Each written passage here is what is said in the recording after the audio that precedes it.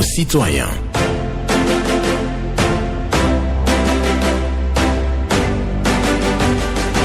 Parole aux citoyens.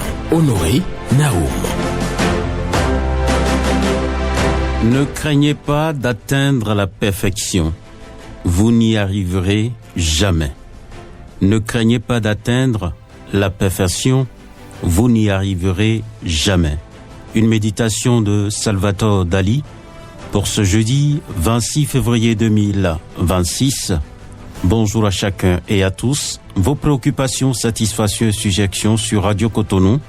Vous pouvez composer les numéros 01 68 87 67 00 pour les femmes, 01 50 52 52 73 pour les hommes. Pas d'attaque personnelle et vous le savez bien sur les antennes de Radio Cotonou et vous allez parler en toute courtoisie aux autorités de ce pays. Blaise Sacla assure la mise en onde, Michel Ounou pour le point et à la présentation Honoré Naoum. Ne craignez pas d'atteindre la perfection, vous n'y arriverez jamais. C'est une méditation de Salvador Dali. Le premier intervenant est là, bonjour. Oui, monsieur Benjamin Honoré Naoum, bonjour. Rachidi Oba. Affirmatif. D'accord. Comment vous allez ce matin? Je vais bien. Et vous-même? Ça va, je rends grâce à Dieu, je le bénis. Voilà. D'accord. Et je vais à mes préoccupations. Ce matin, je vais à la maison. On a applaudi l'enrôlement des enfants sans pièces de 0 à 13 ans. Ce n'est pas chose effective sur le terrain. Si on doit nous mettre la joie au cœur et on ne veut pas constater la réalité sur le terrain, ce n'est pas une bonne chose. Deuxième préoccupation, toujours dans la maison de l'ANIP, l'enrôlement des personnes âgées, c'est-à-dire les majeurs au RAVIP, pose des problèmes. Si en même temps l'acte de naissance est copié et légalisé, ils ont décidé la souche. Dans le même temps où les archives sont scellées, l'agent de l'ANIP a dit d'aller chercher souche. Où est-ce que tu vas trouver la souche? Et ça nécessite encore une procédure. On demande au directeur de l'ANIP de tout faire pour faciliter l'enrôlement des personnes majeures et de concrétiser l'enrôlement des enfants qui n'ont pas de pièces de 0 à 13 ans tels qu'ils ont programmé, on a applaudi. Merci monsieur le journaliste, c'était mes deux préoccupations. D'accord.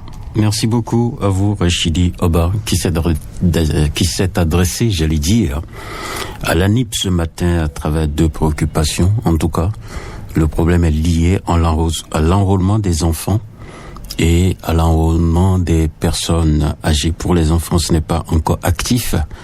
Pour les majeurs, donc il y a un problème par rapport à la récupération des souches pour pouvoir remplir les formalités. En tout cas, son souhait, c'est que l'ANIP puisse faire quelque chose pour faciliter la tâche aux uns et aux autres. Bonjour. Bonjour, excellent journaliste, monsieur Naoum, notre Alain Foucault, sans oublier son technicien Sacla ce matin que je salue. Paul Chaudatan. Que Dieu te protège les membres de nos ancêtres. D'accord, nous vous écoutons. Ce matin, ce n'est pas pour dénigrer un pays. Monsieur Naoum, j'ai suivi ma formation en Russie et je m'exprime très bien en langue russe. Quand Poutine parle, je n'ai pas besoin d'interprète. La plupart de ces pays qui se sont accrochés à la Russie pour dire c'est la Russie qui est leur sauveur aujourd'hui, dans sa foi et réfléchir autrement. Nous avons choisi de coopérer avec le monde parce que aujourd'hui il s'agit de quoi? Si vous vendez votre coton avant à 400 francs, dites-leur que désormais vous voulez vendre ça à 500 francs. C'est aussi simple. Et leur tendre la main. Monsieur Naoum, nous n'avons pas la fabrique. Les armes, nous ne les fabriquons pas. Nous ne fabriquons pas avion, ni moto, ni quoi que ce soit. L'Afrique n'a pas encore à ce niveau-là.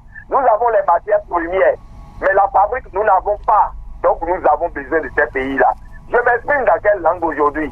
À la rentrée, nous disons, nous allons inscrire nos enfants. Ils vont s'exprimer dans quelle langue? Et l'Afrique dit aujourd'hui en train de tourner le dos aux pays occidentaux. Réfléchissez, la Russie n'investit pas des milliards dans un pays, mais plutôt ils vont vous vendre des armes et c'est les matières premières. Vous n'allez pas quitter la gueule du léopard et se retrouver encore dans la gueule du lion. Restez intelligent. Et vous dites, vous criez, vous portez treillis, vous sautez en l'air, vous voulez faire quoi? de là-bas, il vous voit. Vous n'avez pas cette force-là de les affronter. La réalité est là.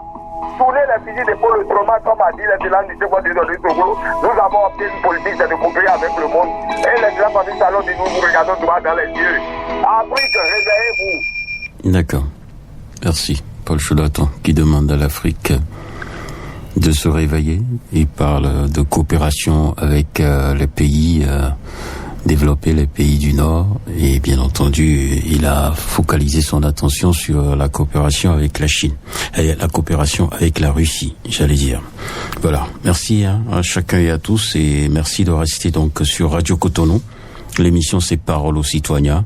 Et nous vous invitons, bien entendu, à prendre vos téléphones, comme toujours, et à composer les numéros 01 68 87 67 00 ou le 01 50 52 52 73. Quelqu'un est déjà là, bonjour. Bonjour. Oui, votre nom? Gilles Aristide Capot. Nous écoutons. Je suis venu parler de certains directeurs d'écoles publiques. En fait, il y a la subvention de l'État. Je ne sais pas pourquoi, à chaque évaluation, certains directeurs d'école demandent de petits sous aux enfants. On demande 300 francs par élève. Si vous avez 5 enfants, ça fait bien 1500 pour le journaliste. Et à quoi servent les subventions? À quoi servent les subventions? On veut comprendre. Les subventions ne couvrent-elles pas les frais de photocopie et de preuves pour les évaluations des journalistes? Vous êtes un grand journaliste. Vous êtes un journaliste d'investigation. Investiguez pour nous. Qu'on sache ce que les directeurs d'école font avec les subventions. Et pourquoi nous réclamons encore de petits sous à chaque évaluation? Si vous avez 5 élèves, 5 enfants, ça fait 17 ans. Quoi, le nombre d'évaluations, alors qu'on dit que l'école primaire est publique, est gratuite, l'école primaire publique est gratuite. Hein? Si on ne comprend rien, on ne comprend plus rien, monsieur le journaliste. Aidez-nous à éclairer cette situation-là. D'accord. Merci beaucoup à vous, Gilles Aristide Capot, qui est aujourd'hui dans nos écoles pour déplorer donc une situation, le fait que les directeurs réclament bien entendu de petits sous au moment des évaluations, alors que les écoles ont une subvention et l'école est gratuite pour le public. Bonjour. Bonjour, Benjamin Honoré Naoum. Oui, bonjour, Madame Agbani Souzéphirine. Tout à fait. J'espère que vous allez très bien. Ça va, nous rendons grâce à Dieu. Oui, on va dire le Seigneur. D'accord. Ma préoccupation, je voudrais parler, je voudrais interpeller le maire, le nouveau maire, notre cher Luc Mercata, avec un grand respect. J'allais écouter les amis les citoyens, quoi. Je voudrais lui dire d'avoir écouté les citoyens parce que le feu, toujours là, le feu, on dit, tous les feux de Cotonou là sont en panne. Les feux tigres de Séroco, les feux tigres de Aïda, les feux tigres de VG, Carrefour. Vraiment, tous les jours, on entend ça sur votre antenne. Je voulais lui demander souvent d'aller revoir ça, cela. Deuxième chose là, vous savez que nous sommes tous les malades ambulants. Vous savez bien, monsieur le gouverneur, on est là-haut. Tout le monde est malade ambulant. Donc, je voudrais demander à la dirigeants de ce pays-là d'avoir accompagné ces malades-là, les dialysés, les personnes de VIH, il faut les accompagner. Parce qu'ils n'ont plus les activités. Les activités sont coupées. Vous voyez, donc ils souffrent beaucoup. Je vous ai dit, ce matin, j'avais un grand respect d'avoir accompagné ces malades-là, les dialysés, les personnes de VIH, les diabétiques là, d'avoir les accompagner beaucoup. C'est ça, moi, quand je vis depuis que je vous le rends en tête, Bonne journée. Bonne journée à vous, Madame Agbali Sous-Zéphirine. Quelqu'un là déjà? Bonjour. Monsieur Nom, bonjour. Théodore Onsa. Merci beaucoup. Comment vous allez? Je vais bien, et vous-même? Ça va. D'accord. Salut-moi votre technicien par rapport à son accueil. D'accord. Nous vous écoutons. Monsieur Nom, j'ai deux préoccupations ce matin. Et vous voulez m'aider chaque fois que je dis, et monsieur Naoum, si vous finissez votre travail, venez le fond à Dogleta, c'est qu'on appelle fond du maire. Précisément le fond du maire à Dogleta. Le camion qui met les sables, là où ils ont cassé sur la lagune, là, il y a un camion qui met les sables sur la lagune là. Le camion a gâté le fond complètement. Je dis bien, le camion a gâté le fond complètement. Voiture ne peut pas passer, moto ne peut pas passer. On dit, il met les sables, alors qu'il gâte le fond. Je ne comprends pas quoi. Le camion aussi voit que le fond est gâté. Et pourtant, la nuit, journée, la camion passe. Est-ce que ça peut passer comme ça? Donc j'ai vu une société qui a pris le sable pour aller à la rue là, de faire quelque chose à nous qui est dans le fond. On est fatigué de passer. Et pour finir, je vous ai dit tout le maire, le nouveau maire du Cotonou, de mettre le pas du maire à Tropo, hein. De faire tout possible de mettre le pas du maire à Tropo. Toutes les biens que les Atropo fait là, de faire ça à nous-mêmes. On a besoin de ça. C'est seulement, hein, les Béninois ont besoin de ça à nouveau maire du Cotonou. Très bonne journée, merci beaucoup. Bonne journée à vous aussi. Théodore Onsa, qui parle de dégradation de voies, bien entendu, à Dogleta. Ce sont les camions qui transportent le sable, qui dégradent donc les voies à Dogleta. C'est ce que je retiens de son intervention. Il demande au maire Luc Nyakadia de faire comme Luc Setondi à Tropo. Chacun son style, monsieur Théodore Onsa. Vous ne pouvez pas exiger de l'autorité de faire exactement comme son successeur. Voilà, donc c'est la vie, chacun a sa manière de gouverner. Bonjour. Honoré Benjamin Nao, bonjour. Bonjour à vous. Clément Soclé en direct de Semekodi. D'accord, nous vous écoutons. Merci. Monsieur le journaliste, le 11 janvier dernier, nous étions aux urnes pour choisir les maires et les députés.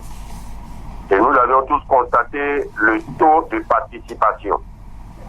Le 12 avril prochain, nous irons aux urnes pour choisir notre président de la République. Effectivement, on ne partage plus les cartes d'électeurs. C'est l'ANIP qui s'en charge directement de ça maintenant. Si quelqu'un a 18 ans, on le met automatiquement dans le fichier. Et ça a fait qu'on a constaté le taux faible de participation. Ce pourquoi nous sommes en ligne ce jeudi matin est quoi? L'avenir se construit dès aujourd'hui. Il faut que nous apprenions à nos enfants que leur droit civique est d'aller choisir leurs autorités en votant. Le vote est un droit civique. Nous demandons aux parents que nous sommes que d'apprendre à nos enfants, quand on a l'âge de voter, il faut sortir pour aller choisir qui on veut. Et nous demandons à nous majeurs que le droit de vote est un droit capital. Il faut sortir pour aller voter. Nous souhaitons avoir un taux élevé par rapport aux élections législatives communales. Nous devons sortir pour choisir qui nous voulons. Donc le 12 prochain là, on n'a qu'à sortir pour aller voter. Clément Soclé, bonne journée à vous de la radio Cotonou. Bonne journée à vous, Clément Soclé, qui vient donc en mode sensibilisation et souhaite véritablement que les populations sortent pour élire le prochain président de la République. C'est en avril, donc c'est son plus grand souhait. Il le dit tout simplement en se référant au taux de participation aux dernières élections législatives et élections communales. Les gens ne sont pas sortis véritablement pour aller donc sacrifier à cette tradition. Oui, c'est de choisir nos dirigeants et le vote il faut véritablement sortir pour choisir selon son cœur, selon sa passion, selon ses idées. Voilà, bonjour. Oui, absolument. Il faut sortir pour accomplir son devoir civique. Je suis Barnabé Adeporno, monsieur Benjamin Naoum. D'accord. Ma première préoccupation de ce matin, monsieur Naoum, vraiment hier j'ai été scandalisé au poste de péage d'Ekpé. Mis à part le problème d'embouteillage que je dénonce chaque fois ici, vous savez ce que j'ai eu comme problème hier. Matin, j'ai pris par là, j'ai remis 1000 francs, on m'a donné une monnaie de 700 francs. Un billet de 500 et 2 pièces de 100 francs. Au retour, ce billet de 500, je le remets à un guichet, on me refuse que le billet n'est pas bon. Hier, vraiment, c'est une petite chose, sinon je voulais créer un incident. Je ne peux pas prendre un billet au poste de péage, on me donne une monnaie et au retour, je le remets, on me dit que le billet n'est pas bon. Et le responsable me disait vraiment que ce que je devais faire, si on me donne un tel billet, de refuser au guichetier qui m'a donné puisque le billet n'était pas bon. Et je me pose la question de savoir, le communiqué du ministre de l'économie et des finances là, ça a quel poids dans notre pays, monsieur Naoum? Je ne comprends pas. Au poste de péage d'Ekpé, qu'on puisse me remettre, c'est pas moi-même qui ai amené le billet que a donné ça. J'ai pris une monnaie. Et en retour, je remets ce billet, on me dit c'est pas bon. Vraiment, c'est dommage. Et pour me retirer, au marché de PK3, on nous a dit à l'ouverture qu'on nous va nous donner 6 mois. Maintenant, on apprend depuis hier qu'à partir du 1er mars, on va commencer par payer. D'accord. On a compris. Barnabé Adeporno qui évoque 2 préoccupations. Donc, le poste de péage d'Ekpé. Il a remarqué, donc, il a constaté, il a vécu, je veux même dire, une situation confuse. Il a pris donc une monnaie qu'il a ramenée, bien entendu, pour le retour au passage de poste de péage. Et voilà, donc on lui refuse de brandir ce billet qui n'est pas bon. C'est tellement le billet est fatigué. Donc il ne comprend rien et je pense quand même que les autorités sont à l'écoute, d'autant plus qu'il y a quand même un communiqué dans ce pays qui interdit le refus de billets ou de pièces usagées. Voilà. Bonjour. La fréquence municipale de Cotonou, bonjour. Oui, Sébastien Rosso. Exactement. Sébastien Rosso, en direct de Cotonou, mais c'est le 5e arrondissement. Et je dis toujours dans mes interventions, dans mes cloches, qu'on ne doit pas mélanger la politique et le développement. La politique, c'est autre chose et le développement, c'est une autre aussi. Et un leader d'opinion doit faire la part des choses. Un leader d'opinion est un éveilleur de conscience, un lanceur d'alerte pour la veille citoyenne. C'est ça. Et si c'est mauvais, d'abord, nous sommes là pour les choses qui ne sont pas bien faites. Et quand c'est bien fait, parfois, il faut aussi avoir le courage, l'honnêteté intellectuelle doit nous amener à les dire aussi. Ceci dit, je demande à nous tous, leaders d'opinion, grogniers, journalistes, membres de la société civile, politiciens et politiciennes, mettons-nous ensemble pour le développement de notre cher pays, le Bénin, et chacun dans son couloir. Je dis bien chacun dans son couloir. Aux députés et aux maires nouvellement élus, prenez les taureaux par les cornes et continuez sur la bonne voie, comme le pays est en développement, et construire ou bien créer un service d'écoute des grognes, si vous voulez bien faire.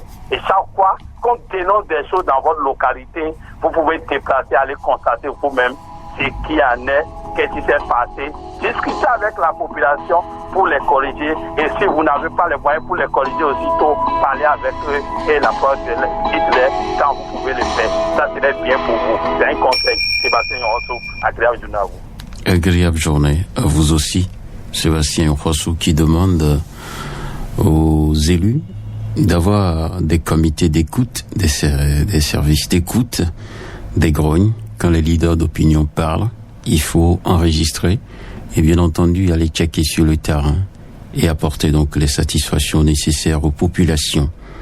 Il demande à l'Union pour le développement du Bénin.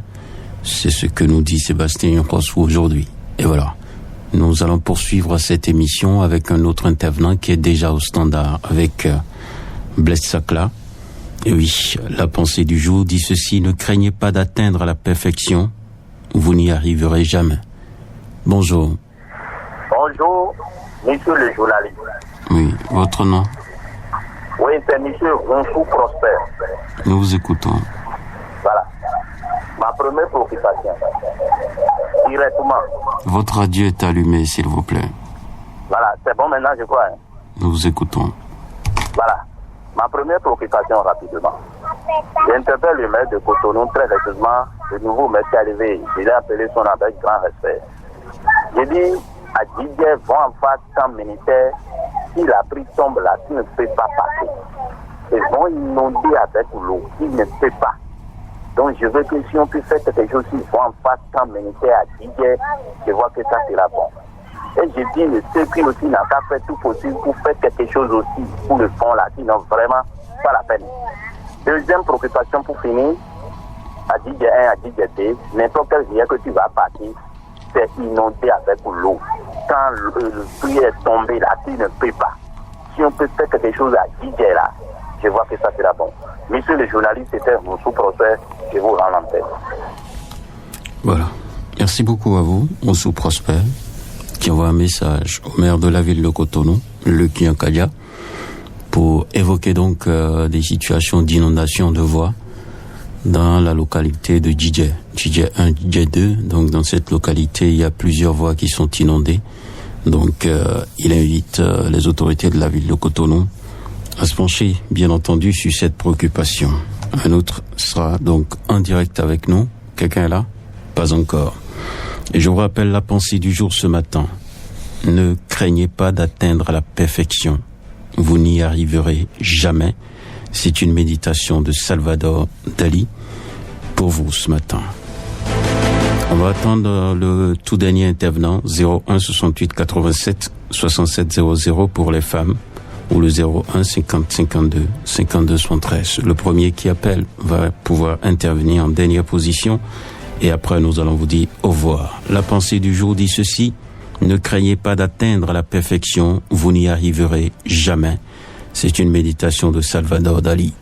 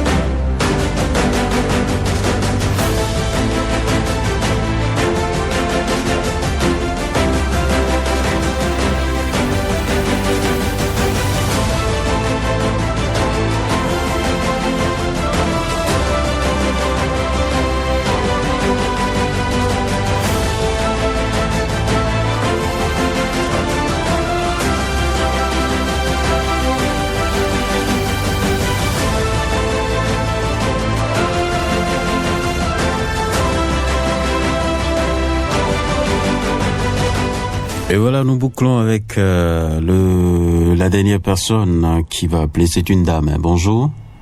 Oui, bonjour, monsieur Benjamin Honoré Naoum. Oui, madame Laura Tinoué. Affirmatif. Comment vous allez? Je vais bien. Et vous-même? Action de grâce. D'accord. Bonjour aux hommes de l'ombre et merci pour la pensée du jour. Merci. Deux préoccupations. La première, le pose de péage sur Ouégo. 1000 francs, c'est trop. Nous, usagers de cette route, les chauffeurs nous taxent de trop. Et aussi, il n'y a qu'une seule cabine à l'aller et au retour. C'est insuffisant. Donc, que les autorités pensent à nos doléances. Deuxième sujet, la place historique de Koho. Le roi Béhanzin, il mérite plus que ça. Il faut voir comment on a fait le jardin de Mathieu. La place du souvenir. La place du souvenir. Nous demandons à son Excellence, Patrice Athanase Guillaume Talon, de mettre sa touche sur la place historique de Koho. Parce que c'est une grande histoire pour nous. Monsieur Benjamin Honoré Naoum, bonne journée à vous et à tout le peuple béninois. Bonne journée à vous aussi, Madame Laura Tinobé. Vous avez parlé, les autorités ont entendu et moi je vous souhaite une très bonne journée à l'écoute de nos programmes. Ne craignez pas d'atteindre la perfection, vous n'y arriverez jamais. C'est une méditation de Salvador Dali.